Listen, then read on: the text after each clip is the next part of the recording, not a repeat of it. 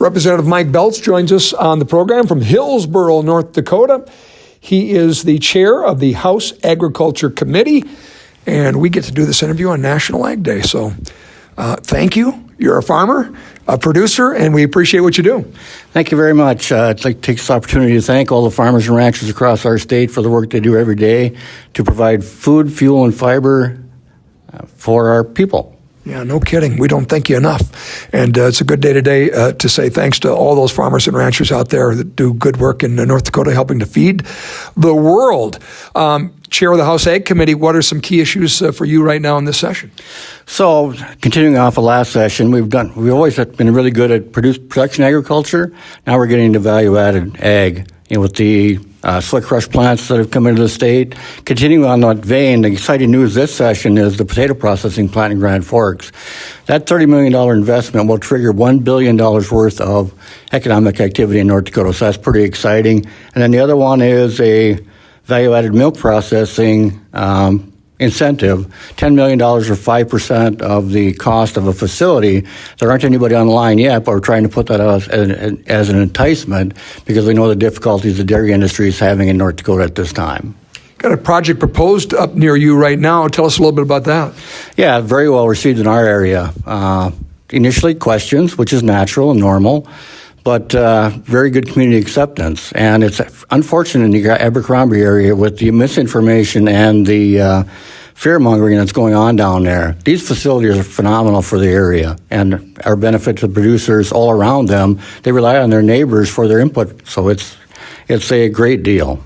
And really the reason this development is happening, the one proposed at Abercrombie as well as the one at Hillsboro you mentioned, are because of things the legislature has done previously, right? Correct. They could have. The company we're talking about that's coming to Hillsboro could have done this earlier, but they noticed what we were doing to try and incentivize and make it a livestock-friendly state. And recognizing that, the other twist on them is they are an employee-owned company. They are not incorporated, so they could have done this in the past. They just picked up on the signals we were sending that we want animal agriculture in North Dakota. Do you anticipate more of these? What are these changes, going to bear in the way of fruit, do you believe, going forward? I do foresee this helping in the future. The way it's played out, it couldn't have gone any better because it started with dairy and it started with a company that does this really well. They invite people to tour their facilities. They don't tell you not to bring cameras. They're open and accessible to their process. What we're hoping this leads to is more development in the hog industry as well, because there are opportunities in the state for that industry to move into the state. Some of these companies have said, let's find out in advance who's open to these projects so we sort of avoid the battles county by county. What do you think the overall atmosphere is in North Dakota? You mentioned just in your example, one in your backyard, Hillsboro is being well received, the one in Abercrombie, not so much. What do you think of these efforts to go and say who wants them, who doesn't? Let's find out on the front end. That's absolutely critical. I mean, there are a lot of places they can be, and there's a few places they shouldn't be. So, but separating those out is a good thing. And there are people that have expressed interest, counties saying that, yeah, we're open to this and welcoming. So it's a good thing to sort that out ahead of time rather than try and do something and then see it doesn't take off, which is doesn't help anybody. So, anything else you want to tell us out of the committee that you're excited about right now? As normal, support for research at the Experiment Station and the Extension Service is critical to our past and future success, so that's always good to see that happening. And there is work continuing on water conveyance projects. There's going to be $15 million set aside in the Department of Water Resources exclusively for water conveyance. So that's good to see that. And working on increasing the cost share to the local water resource districts for legal drains, trying to get that from 45% up to 60% so that there's more buy-in from the state and it helps in those projects. We love getting to meet legislators, and the North Dakota Petroleum Council, Lake Night Energy Council have asked us to undertake efforts to meet legislators, especially the newer members. You've been here now a short time, but tell us a little bit about, first of all, yourself and your background that you bring to the legislature. Sure. So I describe myself as farmer retired. I am a retired farmer, but I frame it as farmer retired because I'll always be a farmer in my mindset. Just because I'm not actively engaged doesn't mean I'm still not in that thought process. Third session here.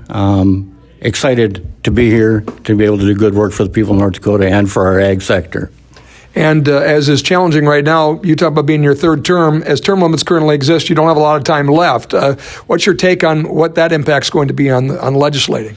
It's going to be huge. It's pushing us to annual sessions to get the necessary experience for legislators in their leadership roles and learning the system and knowing the pieces, parts that all put it together. So it's going to be critical that, systems ramp up to get people basically job ready on day one. I mentioned the Petroleum Council and Lignite Energy Council are part of us. Talk a little bit about, as an Eastern North Dakota legislature, the value of all that energy production that's happening out west and the impacts it has on your district. Absolutely. It's felt across the state. The taxes we collect off of oil are phenomenal. It's over 50% of the tax we collect as a state. So it impacts everything across the state, from education to social services to water projects and everything else. So it is critical funding that we are utilizing at this point to do those efforts. Talk a little bit about your priorities and other things you want to accomplish in your time remaining in the legislature. Obviously, as chair of the House Ag Committee, you got a plate full there. What other things are important to you? What are you hearing about from your constituents? Well, we had rural caucus last night. The governor was there, and I was encouraged that he mentioned that getting natural gas across the state is going to be a priority because it's a resource we have. We're exporting it to the benefit of others.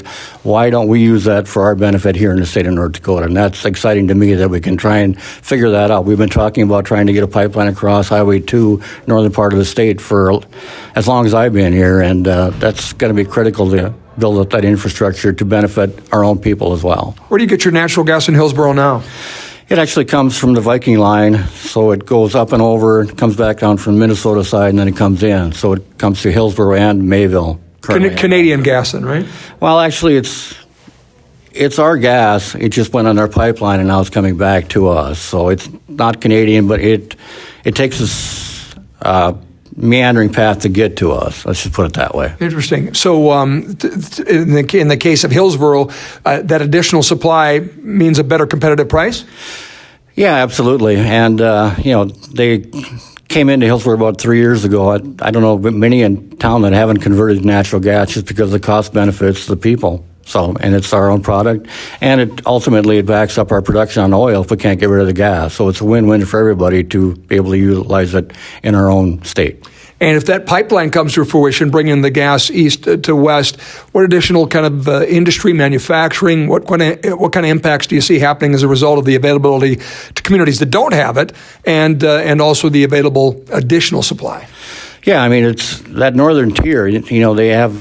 They're not geographically located ideally with the weather and the cold weather in wintertime. So having access to cheap, available energy is going to be critical for that sector of the state as well as the whole state.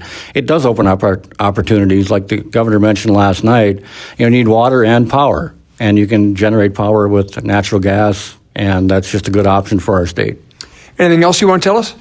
No, I think that covers it. Thanks for having me here today. You bet. Enjoyed the conversation. All the best. Thank you.